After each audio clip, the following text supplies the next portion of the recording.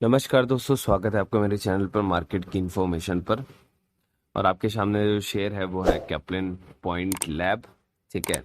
और शेयर को आप देख सकते हैं 535 रुपये 7 रुपये के उछाल के साथ में। 5 दिन की चार्ट की बात करूँ तो काफ़ी गिरा था, 527 के आसपास आया था। 1 महीने के चार्ट की बात करूँ तो 381 से चढ़कर 535 जा रहा है। और यहाँ पर इसने हाईएस्ट मारा था 629 रुपये के आसपास का, आप देख सकते हैं। सेम 6 मंथ चार्ट की बात करूँ तो कोरोना के टाइम पे 193 रुपए का शेयर था और अभी काफी खासा लेवल अप है। और मैक्सिमम चार्ट की बात करूँ तो 718 रुपए का इसने टच किया हुआ है हाईएस्ट। अभी कैप्लिन पॉइंट के अंदर में मैं आपको फंडामेंटली थोड़ा कुछ दिखाना चाहता हूँ और टारगेट प्राइस जो है वो क्या आए हुए हैं इसके, वीकली, मंथ वाइज और साल के वाइज। ठीक है, मतलब ईयर वाइज। तो चलते हैं हम सबसे पहले टारगेट प्राइस क्या दिखाया जा रहा है। तो आप देख सकते हैं ये मैंने खोला है कैप्लिन पॉइंट का इम्पोर्टेंट लेवल फॉर इंट्राडे। ठीक है, इंट्राडे के अंदर में क्या है कि जो कैप्लिन पॉइंट का शेयर है ना वो कितना जा सकता है, 580 के आसपास जा सकता है हायर लेवल पे। और लोअर लेवल पे वो कह सकते हैं 492 अगर वर्स्ट होता है तो। ठीक है, ये उसके रेजिस्टेंस लेवल बता रखे हैं। ठीक है, 548, 56, 65 और सपोर्ट लेवल बता रखे हैं 523 से 592 के आसपास। अब हम चलते हैं थोड़ा सा और चलते हैं मंथ के वाइज कितना दे रखा है। तो मंथ वाइज देखिए आप, इसका जो बेसिकली टारगेट है वो ऊपर चला गया है। अगर आप देखेंगे तो टारगेट जो है वो ऊपर चला गया है, ये देखिए यहाँ से 558, 611 और 650 रुपए के आसपास। तो 650 रुपए के आसपास में मंथ के अंदर में इसके अंदर टारगेट प्राइस बताया जा रहा है, मतलब पोटेंशियल है कहाँ ऊपर जाने का। ठीक है, डाउन तो ये यहाँ आ नहीं सकता है क्योंकि शेयर ने मेकअप कर लिया है। कोरोना के टाइम पे इतना नहीं आया तो अब क्या आएगा। ठीक है, तो आप डाउनग्रेड वाली प्राइस है आप एकदम भूल जाएं। आप अपर वाले प्राइस की बात करें जो टारगेट आ रहा है इसका। ठीक है, तो मंथ वाइज में आपने इसका टारगेट देख लिया, 695 के आसपास आ रहा है, जो कि ये जाकर आ चुका था, अब मैं बात कर लेता हूं। ये वीकली टारगेट एक और दे रखा है, देखिए आप देख सकते हैं 765। आप सोच सकते हैं अगर 700 तक का टारगेट अगर इस कंपनी में दिया जा रहा है तो पोटेंशियल है तभी दिया जा रहा है। कोई टारगेट ऐसे ही नहीं दे देता, अगर पोटेंशियल होता है कंपनी में तो वही टारगेट इतना आगे का दिया जाता है और इतना बड़ा टारगेट दिया जाता है। ठीक है, अब मैं बात कर लेता हूँ आपसे साल के टारगेट की। तो साल का टारगेट भी आप देख सकते हैं 660 रुपए तक का है। तो भाई जिसने 600 रुपए में भी शेयर खरीद रखे ना उसको भी 60 रुपए के ऊपर तक का टारगेट दिखाया जा रहा है या कैप्लिन बॉन्ड का ईयर 2020 में। लेकिन मैं आपको यही बोलूंगा, अगर आपने शेयर को बहुत ऊपर में बाय कर रखा है ना तो आप उसको थोड़ा सा प्रॉफिट बुकिंग करें या सेम रेट में आप बेचकर आप निकल जाएं। जिन्होंने 600 रुपए 600 वाले फिगर से ऊपर में बाय कर रखा है, 600 या 600 फिगर वाले ऊपर से बाय कर रखा है, क्योंकि फिलहाल कंपनी को अपना वो धीरे धीरे सस्टेन लेवल पाने के अंदर में थोड़ा और टाइम लगने वाला है। क्योंकि कंपनी जो है वो उस टाइम भाग रही थी बिकॉज ऑफ एक कंपनी को एक होप था कि जैसे सब लेबोरेटरी जितने थे उसके अंदर में जो एक्सेप्शनल प्रॉफिट आया था ना, कोई 231% जंप मार रहा है, कोई 90% वन का प्रॉफिट जंप मार रहा है एक्स्ट्रा।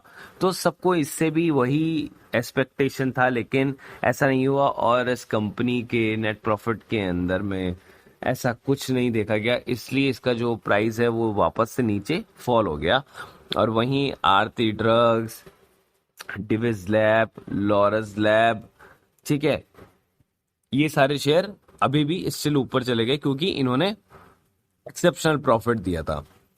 तो बेसिकली मैं आपको ये बोलूंगा जिन्होंने 600 के ऊपर बाय कर रखा है वो उसको वापस से चाहे तो जितने मतलब हैवी क्वांटिटी बाय कर रखी है तो आप हाफ क्वांटिटी को आप वहां पर सेल कर दें। हाफ क्वांटिटी आप वहां पे सेल कर दे। मैं पूरा सेल करने की बात नहीं कर रहा हूँ, हाफ क्वांटिटी को आप वहां पर निकाल दे ताकि आप एक सेफ साइड हो सके। अगर प्राइस ऊपर जाएगा तो आपके पास में हाफ क्वांटिटी पड़ी हुई है, अगर प्राइस नीचे जाएगा तो एटलीस्ट आपके पास में एक चांस होगा कि आप वो अपने कैपिटल जो है आप उसको लोअर में भी लगा सकते हो और वापस से आपका जो एवरेज है वो वहां से नीचे गिर जाएगा, या फिर आप वो नीचे वाले शेयर को आप रख लेंगे। सपोज 550 तक आ जाता है 600 जाने के बाद में, तो आपने जो 50% कैपिटल निकाली है ना, वहां से 550 वापस बाय कर लें, ठीक है। और जो 600 वाला है उसको आप एज इट इज रहने दे, तो आपका एवरेज क्या होगा, 575 के आसपास आ जाएगा। तो 575 के ऊपर भी आप चाहें तो आप 575 को अपना लेवल रखें, या 600 वाले को वापस जब ऊपर जाएगा तो आप सेल करके निकाल दे, तो आपका 550 के ऊपर में शेयर मिलेगा आपको। तो बस मैं यही कहना चाहूंगा, थोड़ा कंपनी को टाइम लगेगा और टारगेट प्राइस अच्छे दे रखे हैं, तो मैं यही कहूंगा कि अगर किसी ने हायर लेवल पे अभी खरीद रखा है तो आप उसको थोड़ा सा अपना प्रॉफिट बुकिंग करके और आप सेल कर दें, और जितना आप चाहें उसमें से आप अपना कैपिटल निकालें, 50% 60%, ठीक है।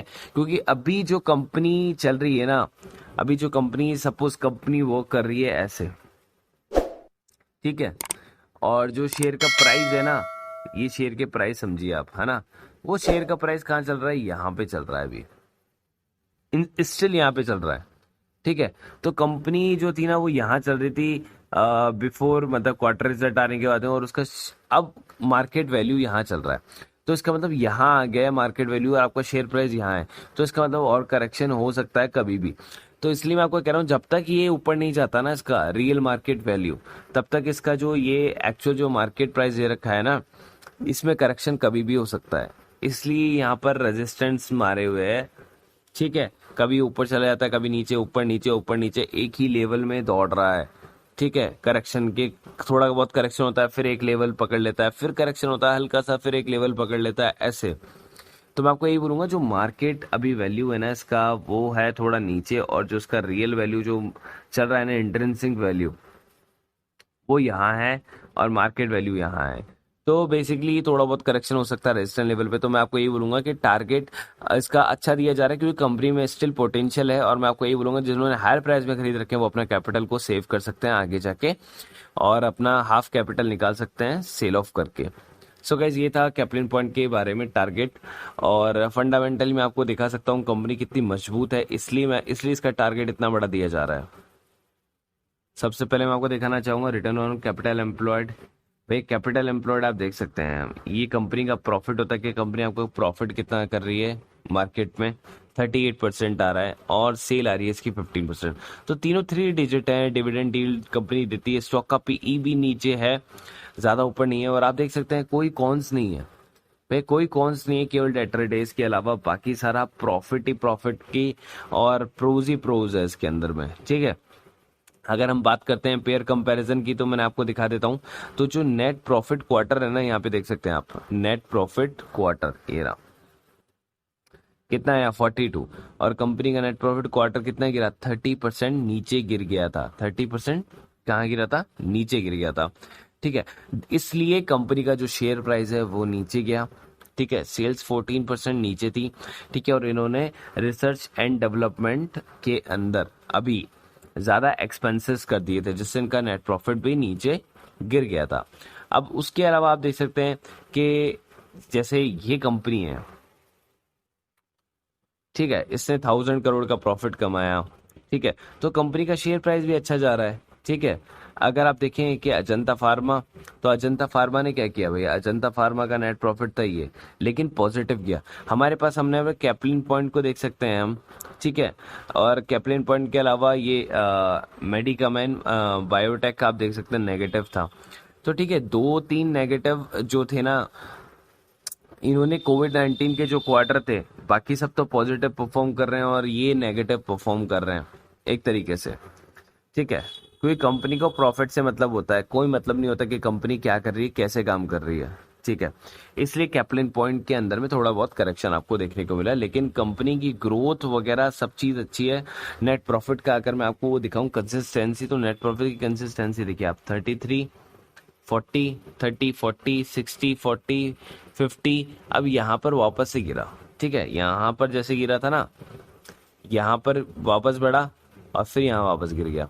तो अब जो नेक्स्ट क्वार्टर आने वाला है ना, उस नेक्स्ट क्वार्टर को आपको देखना होगा, क्योंकि ओवरऑल प्रॉफिट की बात करूंगा तब आपको पता चलेगा। देखिए यहाँ से इंक्रीज होता जा रहा है, आप बस ये देखते रहिए, इंक्रीज होता रहा, इंक्रीज होता, यहाँ डिक्रीज हुआ, यहाँ डिक्रीज हुआ, इस ईयर के एंड में डिक्रीज हुआ, तो ईपीएस जो है वो भी गिर गया। देखिए ईपीएस कितना अच्छा इंक्रीज हो रहा है, ईपीएस को देखिए, यहां पर मैक्सिमम था, फिर यहां डिक्रीज हुआ। तो डिक्रीज इसलिए हुआ कि कंपनी ने लॉस किया था, ठीक है, नेट प्रॉफिट गिर गया कंपनी का, लॉस नहीं किया।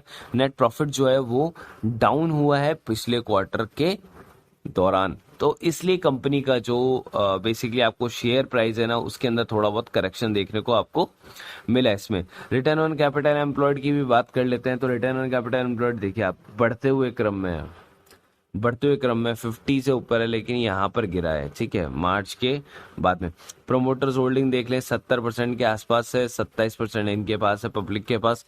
तो प्रोमोटर के पास भी बहुत अच्छी बेसिकली आप कह सकते हैं कि शेयर होल्डिंग है। तो इसलिए मैं कहना चाहूंगा कैपिटल बॉन्ड में बहुत बड़ा पोटेंशियल है प्राइस का ऊपर जाने के लिए भी। और मैं आपको ये बोलूंगा कि जिन्होंने ऊपर वाली प्राइसिंग के अंदर में अगर कुछ खरीद रखा है तो वो भी उसको करेक्शन करके और नीचे आ सकते हैं, ठीक है। जैसे कि ग्लेनमार्क में हुआ, ग्लेनमार्क का अभी क्वार्टरली रिजल्ट आया तो शेयर 509 तक टच किया, लेकिन इतने लोगों ने ऊपर में इसको खरीद रखा था कि वो सब वहां से एग्जिट हुए और प्राइस का करेक्शन सेम डे में प्राइस करेक्शन होके कहाँ आ गया था, 584 के आसपास में आ गया था। आप देख सकते हैं ये टच कर रहा है यहाँ पर और करेक्शन हो रहा है, करेक्शन हो रहा है सेम डे ही, और सेम डे ही वो 584 आ गया, उसके नेक्स्ट डे वो फिर 10 रुपए गिर गया। तो मैं वही कह रहा हूँ कि देखो जिन्होंने हायर प्राइस में खरीद रखे ना वो वहां से निकलेंगे, तो आपको भी एक बार अलर्ट रहना है कि आपने हायर प्राइस में खरीद रखा है तो आप भी वहां से एग्जिट हो। पूरी पूंजी ना निकालें, जितना आपको लगे आप उतना वहां से कैपिटल निकालें और थोड़ा सा बैकअप रखें, ताकि शेयर का प्राइस अगर वापस नीचे जाए तो आप वापस उसको खरीद सकें एक कम भाव में। तो guys thank you so much for watching this video and thank you so much to being with me. Please guys subscribe my channel and hit the bell icon, ताकि आपको इसी तरह नोटिफिकेशन मिलता रहे और इसी तरह मैं आपके साथ में जुड़ता रहूं और आता रहूं। Thank you so much.